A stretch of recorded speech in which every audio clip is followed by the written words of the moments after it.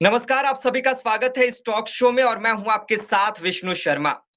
आप सभी को बता दें कि आज हमारे इस टॉक शो में गेस्ट हैं बॉलीवुड के youngest music director Aditya Raj Sharma. इन्होंने अपने करियर की शुरुआत एक छोटे से शहर पडरौना से शुरू की और आज इन्होंने मुंबई तक के सफर को तय किया है। इसके साथ ही आपको बता दें कि इन्होंने इंजीनियरिंग की पढ़ाई छोड़कर म्यूजिक डायरेक्टर बनने का जो इन्होंने सपना सोचा था, आज इन्होंने पूरा किया है। इसके साथ ही आपको बता दें कि यह बॉलीवुड के सबसे यंगेस्ट म्यूजिक डायरेक्टर हैं। आदित्य राज शर्मा जी, आपका बहुत-बहुत स्वागत है आज के इस टॉक शो में। धन्यवाद। Thank you so much. आपका भी बहुत-बहुत धन्यवाद विष्णु। आपने मुझे यहाँ बुलाया। Glad to have you here. शुरू आपसे से। मेरा पहला सवाल यही है, जब हमने आपके बारे में सोशल मीडिया पर डाला, तो लोगों ने हमारे पास कमेंट किया और कहा कि इनसे ज़रूर पूछिएगा कि इन्होंने जी। इंजीनियरिंग को आखिर क्यों छोड़ दिया? और जहाँ तक हमें पता चला है कि आप इंजीनियरिंग में भी बेस्ट थे, तो आपने म्यूज़िक डायरेक्टर बनने के चक्कर में इंजीनियरिंग को क्यों छोड़ दी? आदित्य सर। सबसे पहले तो बोलूँगा बेस्ट नहीं था। हाँ, अच्छा था। हो गया अच्छा आफ्टर मैं स्टार्ट करते-करते। सबसे पहले बताना चाहता हूँ कि मैं इंटर जब मैं किया था कंप्लीट अपना यूपी बोर्ड से, तो उसके बाद थोड़ा-सा मैं पढ़ने में थोड़ा बदमाशी करता था और मुझे लगता था कि मैं बहुत ही एवरेज स्टूडेंट हूँ और बहुत ही नॉर्मल स्टूडेंट हूँ। बट जब वहाँ जाने के बाद मैंने वहाँ बहुत बेइज़्ज़ती हुई, क्योंकि मैंने सही से इंटर पढ़ाई की नहीं थी, बहुत खींच-तान के मैंने पास किया था। और फिर वहाँ से जब मैं कॉलेज में गया तो फिर वहाँ समझ में आया भाई वहाँ पढ़ना ही पड़ेगा। और करण जौहर की जो मूवी होती है कॉलेज दिखाता है वैसा कुछ होता नहीं है रियल कॉलेज में, बताना चाहता हूँ, तो ओके, वैसा ओके, कुछ नहीं था। ओके। तो वहाँ से पढ़ाई करना ही पड़ता है, ऐसा कुछ सिचुएशन था। तो मार से डर लगता नहीं था बड़े होने के बाद, बेइज़्ज़ती से बहुत डर लगता था, बेइज़्ज़ती करते थे वो। तो अच्छा। कहीं न कहीं फिर पढ़ना शुरू किया मैंने और 1-2 इंसिडेंट्स मेरे साथ ऐसा हुआ था जो मुझे इन्हांस किया कि भाई पढ़ना चाहिए मुझे, कमज़ोर हूँ मैं शायद। तो मैं गया और मैं फिर मेरी मैम ने मुझे बहुत सपोर्ट किया मैथमेटिक्स में। फिर मैंने इंटर की सारी बुक्स मैंने मँगाया, मुझे याद है आज भी मैंने घर पे कॉल किया था, मैंने इंटर की वापस से बुक मँगाई और फिर मैंने वहाँ इंटर की पढ़ाई करता था साथ में कॉलेज ही पढ़ता था। तो शायद इसलिए मेरा नंबर थोड़ा बेटर हो गया धीरे-धीरे करते-करते। तो उससे यही पता चला मुझे कि मैं पढ़ने में बहुत कमज़ोर तो नहीं था, ठीक-ठाक था। तो वो मेरा बेटर हो गया, पहले ये क्लियर कर दिया मैंने और उसके बाद अब बताता हूँ कि भाई वो छोड़ा क्यों मैंने तो इसके पीछे भी एक छोटी-सी कहानी ये थी कि मैं म्यूज़िक उससे पहले अपने मेरी अकेडमी जो मैं यहाँ सिखाता हूँ मतलब जो होम टाउन में सिखाता था मतलब अभी भी जी, सिखाता जी। रहता हूँ। तो जो पडरौना कुशीनगर में अकेडमी है, तो उस अकेडमी में ऑलरेडी सिखा रहा था और जब सर आए थे, जिन्होंने एडमिशन कराया था मेरा, तो फिर उन्होंने मुझे पापा से मेरे बोला कि ये तो ऑलरेडी सर बना हुआ है, सिखाएगा कैसे? वहाँ पढ़ेगा कैसे? सॉरी। जी, जी। पढ़ेगा कैसे? तो फिर वो कहानी थोड़ी-सी बहुत इंटरेस्टिंग है, थोड़ा बड़ा हो जाएगा बट शॉर्ट में बताऊँगा तो उन्होंने एडमिशन कराया, फिर मेरा एडमिशन हुआ। मेरा मन इसलिए था सीएस में कि मुझे ना म्यूज़िक अगर मैं नहीं कर रहा होता आज शायद, तो शायद मैं कोई आईटी या ऐसे मतलब कोडिंग वाली चीज़ें, सॉफ्टवेयर से मुझे बहुत लगाव था। उसका जी, जी। बेनिफिट मुझे अभी भी होता है क्योंकि आजकल कंप्यूटर सारे म्यूज़िक बनते हैं, आपको पता ही है। वो बात की बात है, जी, बाद में जी। बताता हूँ। फिलहाल ये है कि मैं गया इसीलिए सीएस करने गया कंप्यूटर साइंस में और फिर कॉलेज गया और ड्रॉप आउट इसलिए किया कि कहीं न कहीं मन में ऐसा फ़ील होता था मुझे कि कुछ मिसिंग है और वो मिसिंग समझ पाता नहीं था मैं कि क्या करूँगा? म्यूज़िक का कुछ सोचा नहीं था मैंने आगे क्या करना अभी तक। बस म्यूज़िक करने का मन बहुत था। तो जब मैं कॉलेज में गया था तो अनलकीली मैं ऐसे कॉलेज में था जहाँ पे सिर्फ़ तो थ्योरेटिकली पढ़ाते थे ज़्यादातर, प्रैक्टिकली बहुत रेयर होता था और मैं म्यूज़िक में था तो मैं बहुत ज़्यादा प्रैक्टिकली करता था, बच्चों को भी प्रैक्टिकली सिखाता था। तो कहीं न कहीं मुझे प्रैक्टिकली सीखने का बहुत शौक था। तो वो चीज़ें मुल मुझे मिल नहीं पाती थी, तो मुझे ऐसा लगता था ना, तो एक इंसिडेंट था छोटा-सा, 4th ईयर में एक सर थे, उनका सेमिनार होता है ना, आपको पता होगा कि वो जब जी, जॉब के जी। लिए प्लेसमेंट के लिए लोग आते हैं। एक 4th ईयर के सर थे, वो जा नहीं रहे थे, मैंने पूछा सर को क्या हुआ है? तो उन्होंने बताया कि अरे उनका आज प्लेसमेंट है ना इसलिए परेशान हो गए, तो परेशान होने की क्या बात है 4 साल तो अपना अरे नहीं, नहीं, तो फिर मुझे ऐसा फ़ील हुआ ना 4 साल पढ़ने के बाद भी कहीं मेरा भी यही ना हाल हो जाए, कि मैं भी डर रहा होता हूँ 4 साल बाद भी। क्योंकि मैं अच्छा। बहुत वीक था, वो बहुत अच्छे थे पढ़ने में। तो कहीं न कहीं मुझे ऐसा लैक फ़ील होता था मुझे अच्छा नहीं लगता था उतना वहाँ पे, तो मैंने बहुत बात किया, इतना पैसा लगा के पापा ने भेजा था और बहुत सी चीज़ें थी, तो फिर मैं भैया से मेरे भैया मुझे बहुत सपोर्ट करते हैं, अभी तक करते हैं। तो अच्छा। मैंने बात किया भैया से, तो भैया ने भी यही बोला कि देखो, छोड़ने का मन है छोड़ दो, कोई दिक्कत नहीं है, लेकिन एक ही प्रॉब्लम होगी, छोड़ोगे तो सोच समझ के छोड़ना और छोड़ोगे तो तुमको साबित करना पड़ेगा कि तुम इस लाइन में कुछ करोगे। क्योंकि अच्छा, एक पॉइंट के बाद तुमको बहुत दिक्कत होने वाली है, कि आगे जाके शादी भी करनी है, बहुत कुछ। अभी तो शादी का ऐसा कुछ प्लान नहीं है, लेकिन करना पड़ता है, तो बहुत कुछ समझाया उन्होंने। मैं जहाँ से 10 साल का चीज़ें दिखा दिया उन्होंने कि भाई ऐसा-ऐसा बात है। ओके, तो बहुत सोच समझ के फिर मैंने डिसीज़न लिया और मैं फिर वापस आ गया और पापा ने भी सपोर्ट किया। तो तो घर आ घर गया, वालों जब को घर आया तो कन्विंस फिर आपने वही है कैसे प्रेशर, किया? ताने। Sorry, sorry? घर वालों को आपने कन्विंस कैसे किया? ऐसा ऐसा कुछ नहीं था कि म्यूज़िक डायरेक्टर पढ़ने वाला हूँ या ऐसा कुछ करूँगा, ऐसा कोई डायलॉग नहीं मारा मैंने मूवी स्टाइल में। बट इतना था कि घर वाले लोग, जब भैया से बात हो गई तो भैया ओके हो गया, तो मुझे थोड़ा डर कम लगा। और पापा से मैंने स्ट्रेटली बोल दिया कि पापा मैं कर नहीं पाऊँगा, करूँगा तो अच्छा वाला, वो डायलॉग है ना, अच्छा वाला इंजीनियर नहीं बन पाऊँगा। अब्बा, वो फरहान बोलता है थर्ड थ्री इडियट में। तो ओके, उन्होंने बोला ठीक है, तो वो इसलिए मान गए, मुझे ऐसा लगता है। वो बाद में मुझे पता चला कि उनको लग रहा था कहीं भाई ये सुसाइड-वुसाइड ना कर ले। तो ये उनके माइंड में चल रहा था। तो उन्होंने एग्री हो गया। बाद में अभी तक वो ताना सुनता ही रहता हूँ, अभी भी चलता रहता है कि इंजीनियरिंग छोड़ दिया, ओके, तो ठीक है। ओके, हाँ। कोई नहीं। और आपको हम बता दें कि इन्होंने इंजीनियरिंग की पढ़ाई छोड़कर म्यूज़िक डायरेक्टर बनने का इन्होंने फैसला किया। और आपने सडनली सोचा कि म्यूज़िक डायरेक्टर बनूँगा कि या फिर वो बचपन से ही चल रहा था ऐसा नहीं, नहीं, कि नहीं, नहीं हमको सडनली म्यूज़िक तो ये डायरेक्टर ही पॉसिबल ही नहीं होगा।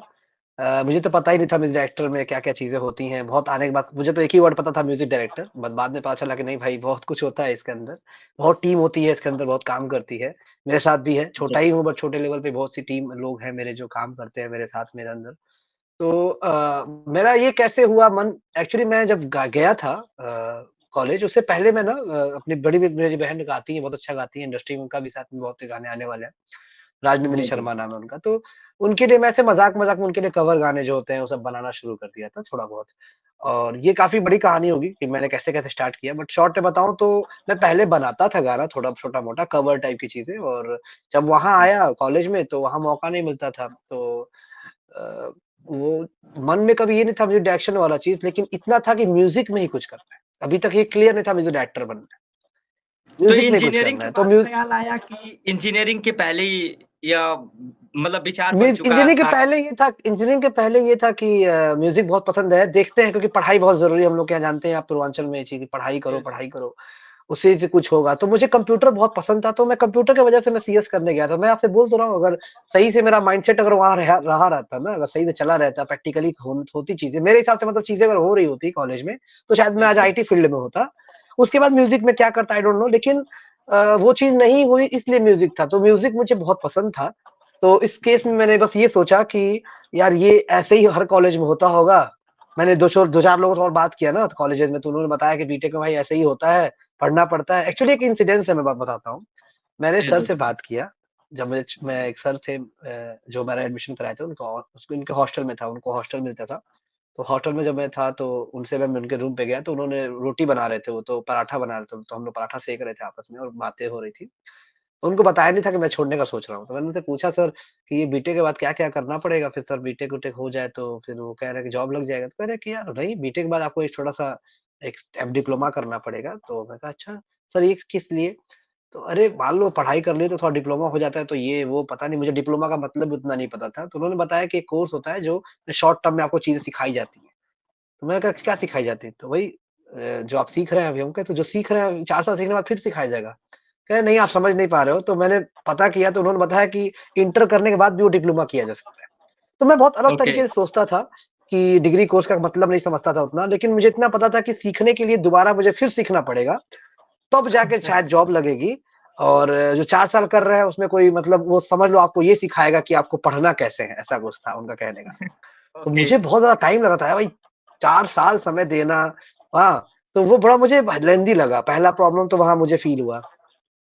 फिर उन्होंने मैंने उनसे कुछ बोला नहीं, और फिर मैं माइंड में मेरे बातें लग गई थी कि भाई इतना पढ़ने के बाद फिर जो कोर्स हम इंटर के बाद कर सकते हैं, उसके लिए फिर 4 साल का बीटेक करो।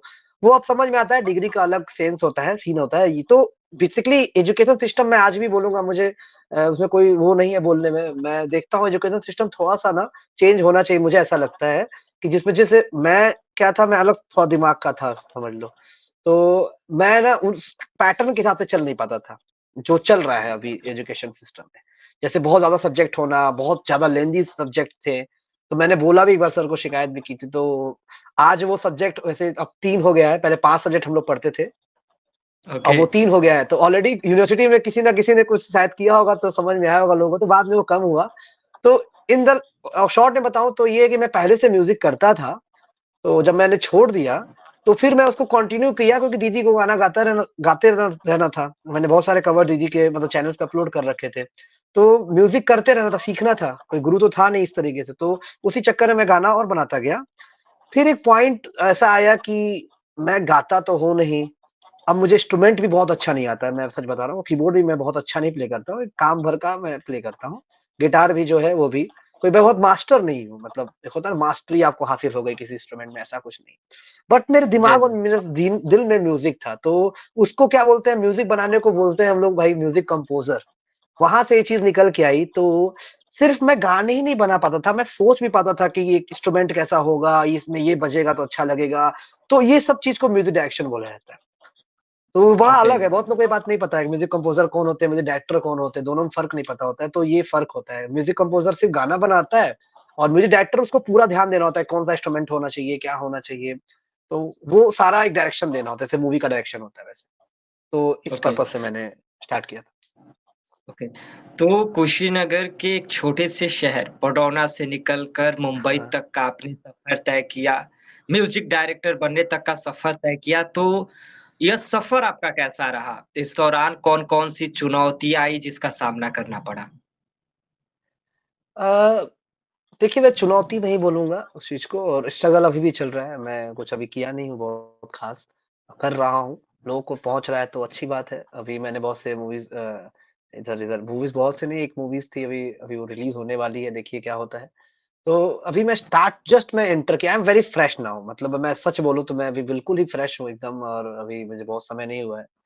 तो अभी बहुत कुछ मैं सीख रहा हूँ। बट अगर बिगिनिंग से बात करें तो मुझे नहीं लगता कोई मुझे कठिनाई हुई है, मेरा फैमिली सपोर्ट बहुत अच्छा रहा है। जैसा कि मैंने बताया कि कॉलेज छोड़ के आना ही बहुत बड़ी बात होती है। अपने अपने यहाँ के जो कल्चर है आप जानते हैं, आप तो हम खुद हमारे यहाँ से ही हैं, आप समझ सकते हैं यूपी बिहार में क्या सीन जी। होता है। तो पढ़ाई को लेके बड़ा वो रहता है, उसके लिए अगर छूट मिल जाए कि नहीं बेटा पढ़ाई छोड़ के म्यूज़िक करो, तो ये बड़ा ही आश्चर्य वाली बात होती है, बहुत ऐसे कम ही परिवार होंगे जो आपको अलाउ करेंगे। जी। जी, तो जी। मेरा मुझे नहीं लगता कि कोई कठिनाई भरा रहा।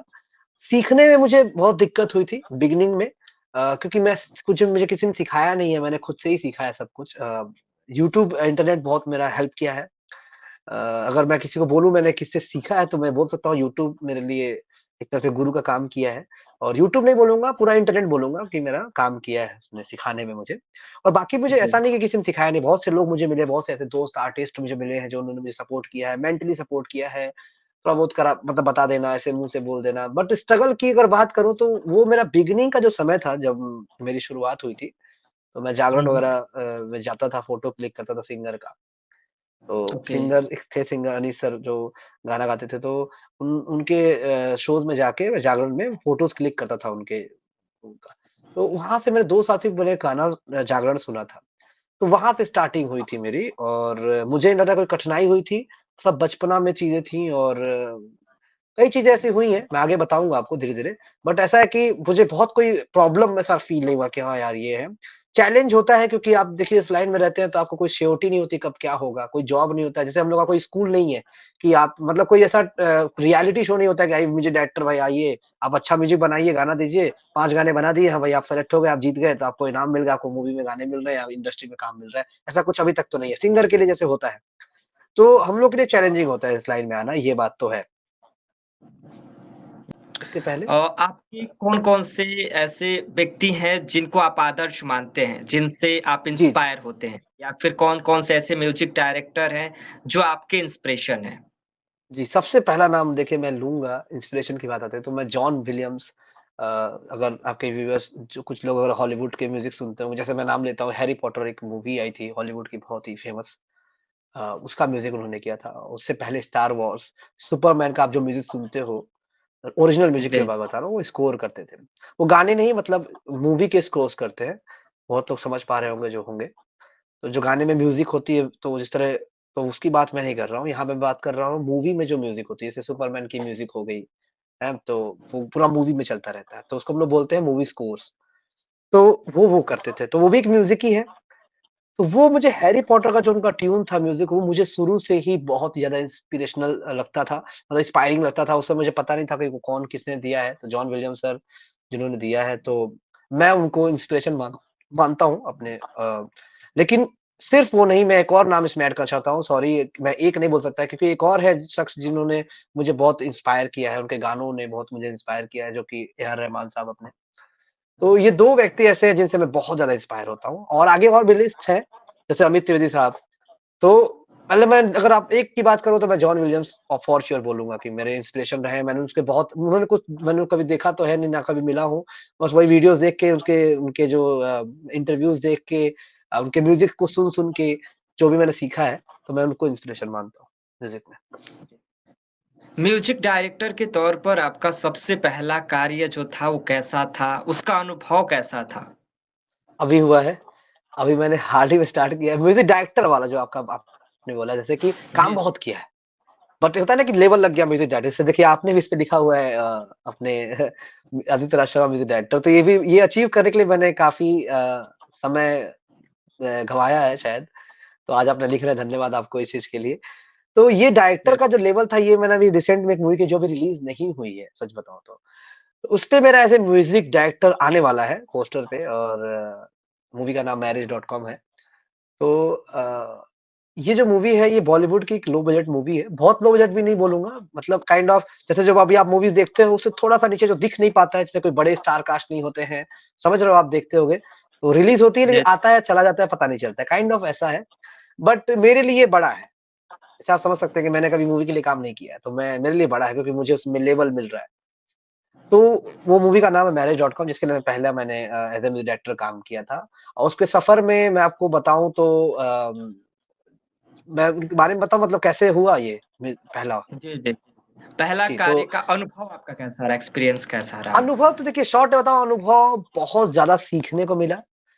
अगर थोड़ा-सा डिस्क्राइब करूँ अनुभव के बारे में, तो ये समझने में बहुत अच्छा समझ में आया कि एक डायरेक्टर जो मूवी बनाता है, उससे विज़न जो उसकी होती है, उस पे खड़ा होके कैसे उतरना है। वो सीखने को मिल रहा था, और ऊपर वाले के पास टच वुड ऊपर वाले का आशीर्वाद है शायद मेरे पे कि मैं बहुत अच्छा क्रैक कर पाता हूँ। शायद मुझे ऐसा लगता है कि मैं सामने वाला डायरेक्टर जो है वो बोल रहा है, तो बड़ा ही मैं अच्छा मुझे लगता है, मैं समझ पाता हूँ उस चीज़ को। मैं ब जितना ज़्यादा हो सकता हूँ इन्फॉर्मेशन निकलवाने की कोशिश करता हूँ डायरेक्टर से कि क्या होने वाला है मूवी, क्या सीन होगा, किस तरह का सिचुएशन है, क्या लोकेशन होगा, तो जितना ज़्यादा पता चलेगा उतना मैं विज़ुअलाइज़ कर पाऊँगा। मैं म्यूज़िक को बहुत विज़ुअलाइज़ करता हूँ आँख बंद करके। तो मैं सोच पाता हूँ, उसके हिसाब से मैं गाना बनाता हूँ। तो वो चीज़ बहुत अनुभव मेरा बहुत अच्छा रहा कि कैसे डायरेक्टर सोचता है, या डायरेक्टर ने कैसे बोला मुझे। तो मेरे हिसाब से बहुत ही अच्छा अनुभव रहा। बहुत ज़्यादा परेशानी हुई, बट वो बहुत मज़ेदार रहा। मेरे मेरे लिए बहुत मज़ेदार रहा। दूसरों को शायद वो जी। लगेगा बड़ा परेशान हो रहा है कि 4 बार, 5 बार, 6 बार चेंजेज़ हो रहे हैं। जी, 10-10 बार चेंज किया है हम लोगों ने गाने में, बहुत सी चीज़ें, छोटी-छोटी चीज़ें चेंजेज़ की हैं, जी, तो जी। ऐसा है। अनुभव तो बहुत अच्छा रहा। हम आपसे जानना चाहेंगे कि म्यूज़िक कंपोज़ करने से पहले आप किस तरह के इंस्ट्रूमेंट का चयन करते हैं, जिससे म्यूज़िक को और देखिए, बेहतर बनाया जा सके?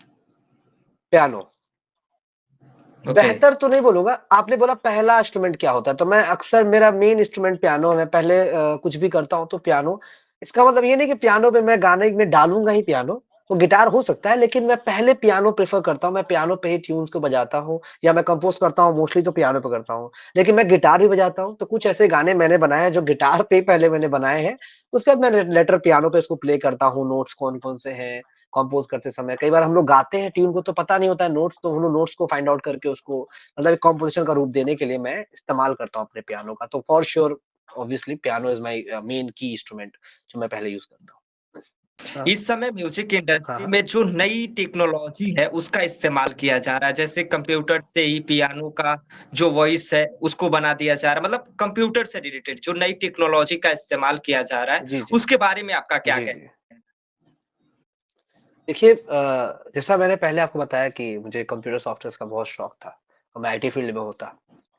तो वो मुझे बहुत मैं हेल्प किया, मैं झूठ नहीं बोलना चाहता इसमें, सच्चाई है कि मुझे सॉफ्टवेयर्स का थोड़ा नॉलेज था, तो मुझे बहुत ज़्यादा दिक्कतें नहीं हुई, बट बहुत से लोगों को हो सकती है, जो बहुत अच्छे आर्टिस्ट हैं, सिंगर हैं, लिखते हैं, गाते हैं।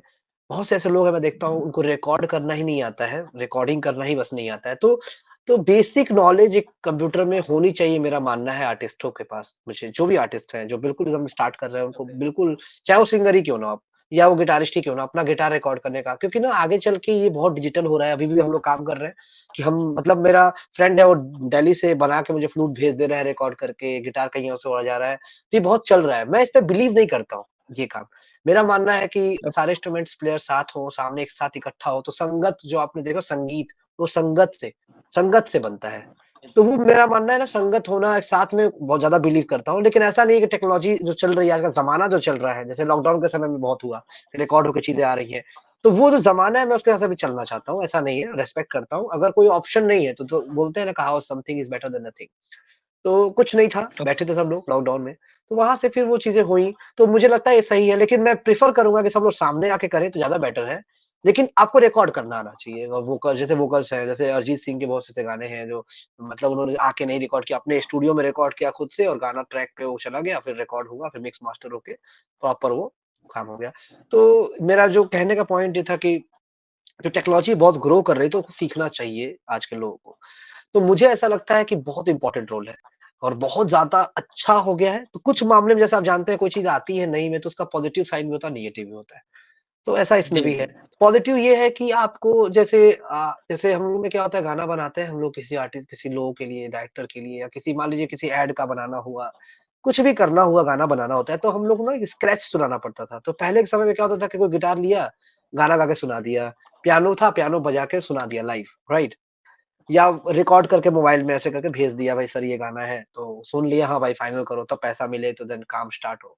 अभी क्या हो जी, गया, जी, ऐसा नहीं हो गया, अब स्क्रैच ट्रैक का ज़माना है। आपको ना एक डेमो ट्रैक बना के देना पड़ता है। डेमो ट्रैक इज़ लाइक कि, जैसे मान लीजिए आप एक डायरेक्टर हैं, आपको बहुत ज़्यादा समझ नहीं है म्यूज़िक का, भाई गाना किस टाइप का होने वाला है। तो एक basic beat, basic music production करके, बेसिक म्यूज़िक तैयार करके, बेसिक गायकी करके भी आप अगर, मतलब एक एक छोटा रूप गाने का आपको दिखाना पड़ता है, स्क्रैच और डेमो दिखाना पड़ता है। तो गा ओके,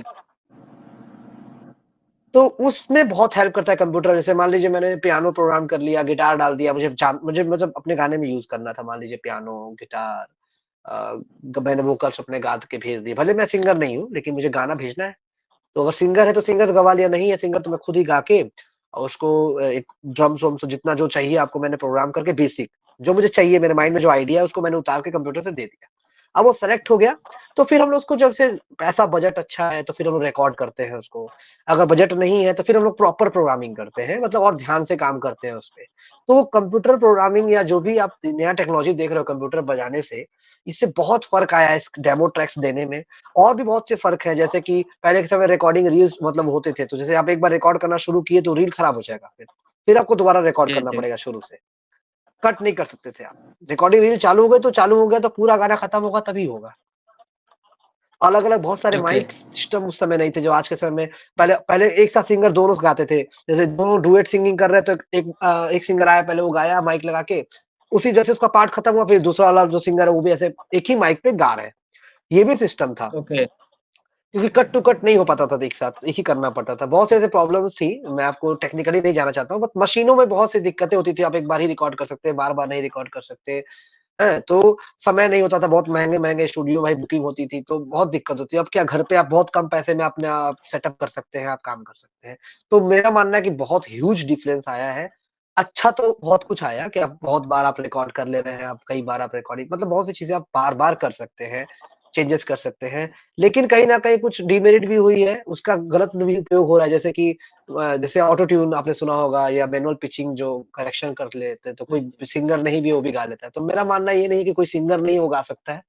सिंगिंग करने में हेल्प करता है वो चीज़, बट हाँ, बहुत से ऐसे नॉर्मल गाने वाले लोग भी बहुत अच्छा साउंड करा सकते हैं अपने गाने को। जैसे मैं ही बहुत अच्छा नहीं गाता हूँ, लेकिन मैं गाऊँ तो आपको पता नहीं चलेगा कि कोई, मतलब ऐसा कोई सिंगर नहीं गा रहा है, बेसिक सिंगर।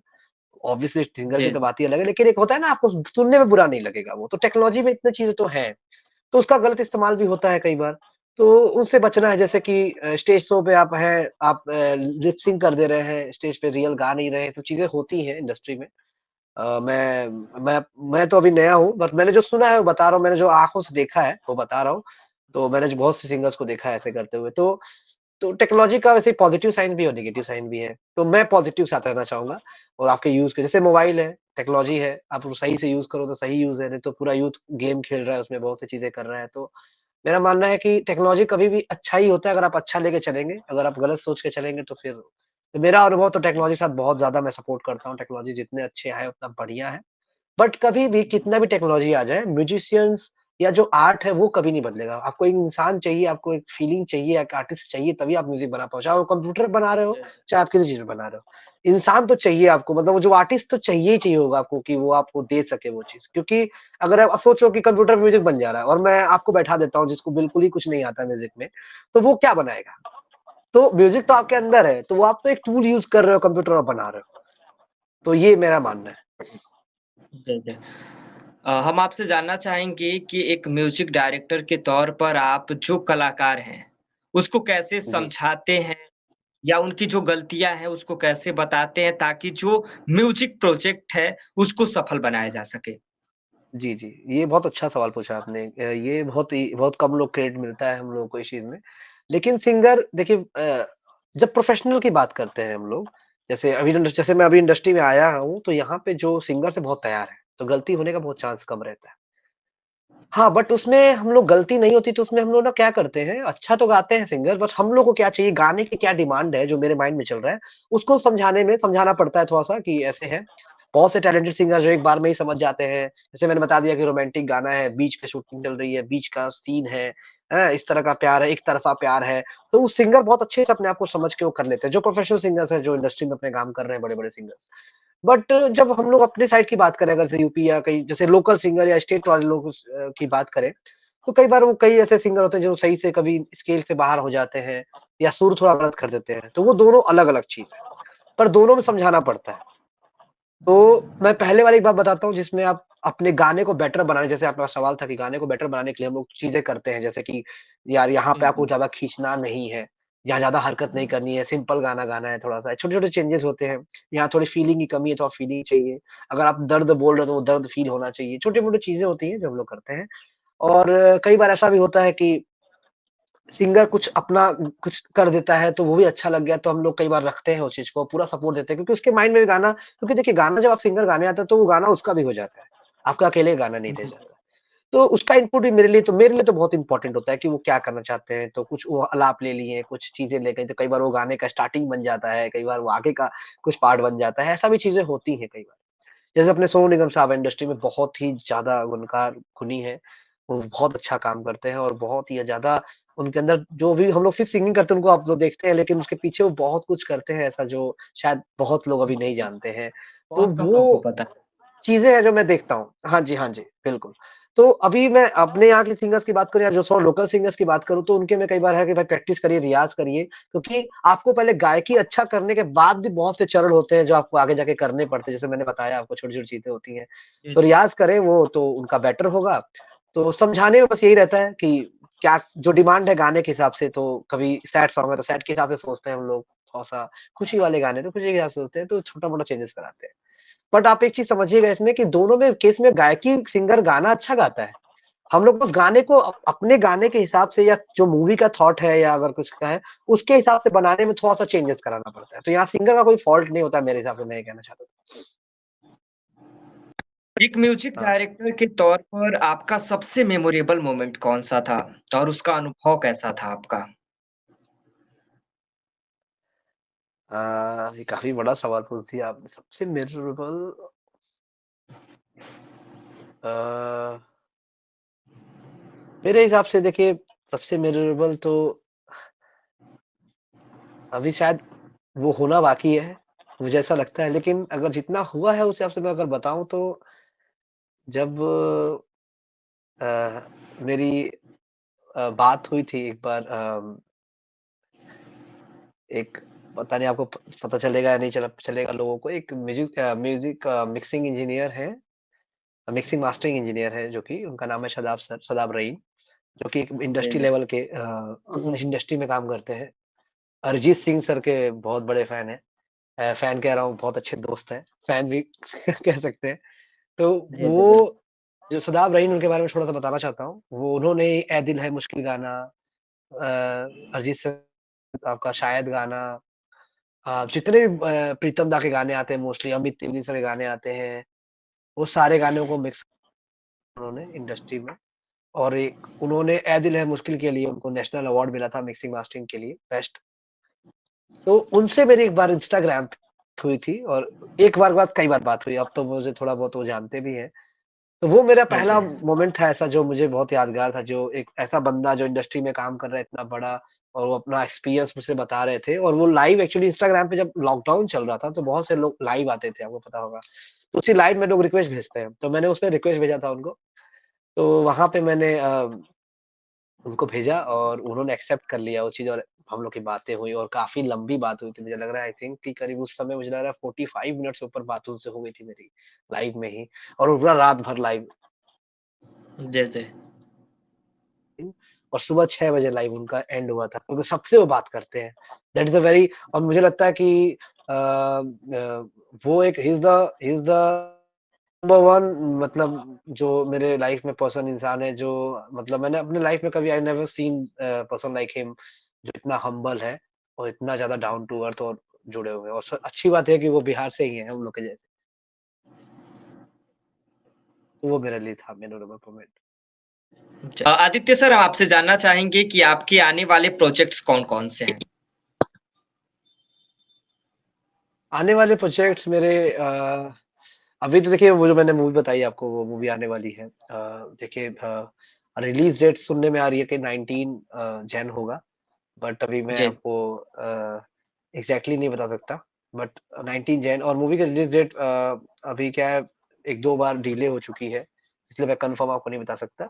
बट 19 जैन अभी रखा गया है, मेबी जनवरी तक तो आ ही जाना चाहिए। तो ये एक मेरी अपकमिंग प्रोजेक्ट होगी, इसमें मेरे 3 थे, अब 2 गाने ही हैं।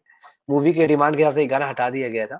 तो जो एक गाना है वो दूसरे मूवी में उन्हीं के सर के दूसरे मूवी तो अ, अमाउ जो होता है ना आप लोग पता होगा एग्रीमेंट हो गई है, तो 3 गाने की जी, जी। एग्रीमेंट हुई है। तो 3 गाने 2 गाने एक में आएँगे, 1 गाना उसके बाद वाले मूवी में आने वाला है। उसके अलावा मेरे खुद इस साल मैं प्लान कर रहा हूँ कि मैं खुद के चैनल पे मतलब खुद का ओरिजिनल गाना जैसे अब इंडिपेंडेंट म्यूज़िक बहुत चल रहा है आज के समय में आपको पता ही है। जी, जी। तो वो मैं कोशिश कर रहा हूँ कि मैं कर सकूँ। मेरा मन था इंडिपेंडेंट म्यूज़िक करने का, तो कहीं न कहीं वो मैं इस साल करने वाला हूँ क्योंकि अभी मेरे साथ बड़ा प्रोजेक्ट जो था वो यही था। आगे अभी देखिए इसके बाद शायद बहुत लोग के फ़ोन आए हैं, बट अभी फ़ोन आना और बात करना वो अलग चीज़ है और तब गाने तक मिल ना जाए आपको तब तक कुछ नहीं कह सकते। 1-2 और बड़े प्रोजेक्ट्स हैं, मैं आपको थोड़ा बता नहीं सकता। अगर वो आ गए तो अच्छी बात है, तभी बताऊँ ज़्यादा बेटर है। क्योंकि मेरा मानना है थोड़ा-सा चीज़ों को तभी ओपन करें जब थोड़ा वो कन्फर्म हो जाए। तो अभी मैं उस ओके। स्टेज पे हूँ आपको हाँ, जो क्लियर बता सकता था वो यही था, इंडिपेंडेंट म्यूज़िक करने वाला हूँ। इंडिपेंडेंट म्यूज़िक इस साल मैं करूँगा और जिसमें मेरी सिस्टर गाएँगी उस गाने को और अभी मैं एक और गाने पे काम कर रहा हूँ अ, भोजपुरी पारंपरिक के ऊपर भी, तो वो भी जल्द से जल्द आपको हो सकता है मिलेगा। तो ये बेसिक कुछ प्रोजेक्ट्स हैं 4-5 गाने जो मैं कर रहा हूँ अभी फ़िलहाल और मूवी वाला तो काम चल ही रहा है अभी भी।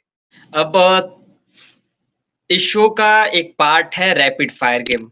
आपने शायद खेला होगा, तो सोचे कि आज क्यों ना आपके साथ रैपिड फायर अच्छा गेम ओके। खेला जाए। खैर ऑफलाइन होता है, हम लोग आज पहली बार एक जी, नया मैं एक्सपेरिमेंट पहली बार खेलने वाला हूँ वैसे। हाँ जी। ओके, हम लोग ऑनलाइन पहली बार एक्सपेरिमेंट करने वाले हैं रैपिड फायर गेम। तो चलिए शुरू करते हैं इसको और हाँ, हाँ। सबसे पहला आपसे मेरा सवाल है कि जी। संगीत के क्षेत्र में आपका सबसे यादगार मोमेंट कौन-सा था? सबसे यादगार मोमेंट वही टॉकिंग विद सुदाब रहीम। आपके सबसे हेलो, पसंदीदा गाने कौन-से हैं? सॉन्ग जी, जी। हाँ, सॉ जी, सॉन्ग में से रैपिड फायर है तो सबसे पसंदीदा सॉन्ग पुराने गाने हैं ओ पालनहारे अ अ, आई थिंक ओ पालनहारे is my one of the favourite song और नए गाने में नहीं बताऊँगा, नए गाने में तो बहुत से गाने हैं मेरे पास, लेकिन ओ पालनहारे में भी, राइट।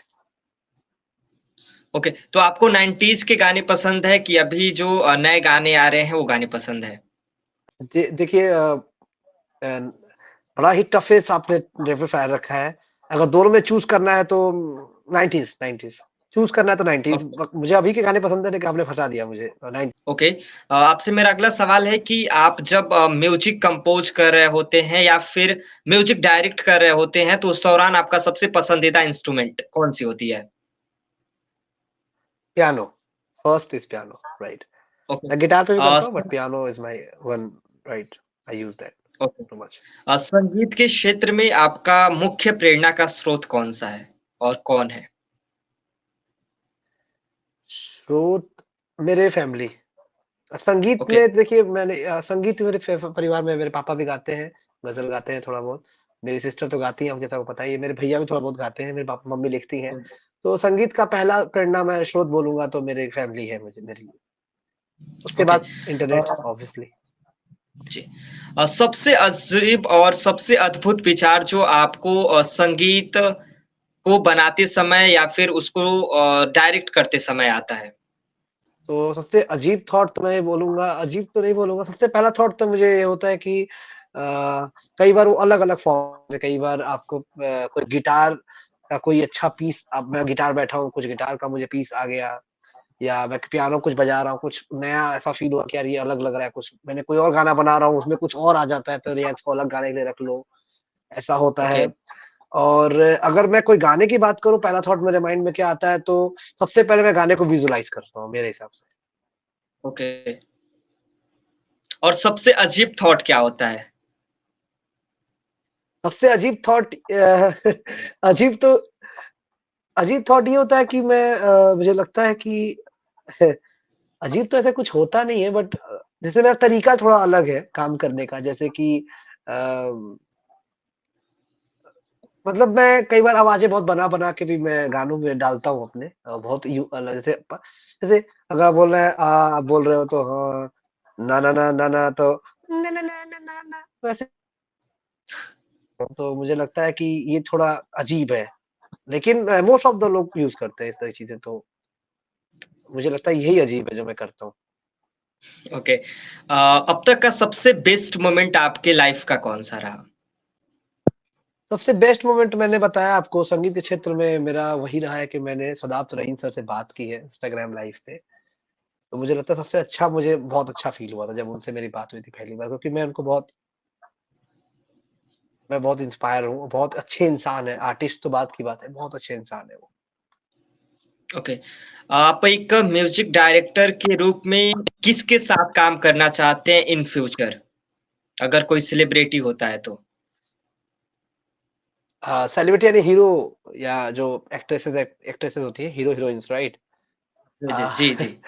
बहुत बड़ा सपना है वैसे, कह सकता हूँ कि मैं एक्चुअली शाहरुख सर के मूवी में मैं काम करना चाहूँगा। उनके लिए मतलब मैं गाना चाहता हूँ, गाऊँ। मतलब मेरा तो ये मानना है।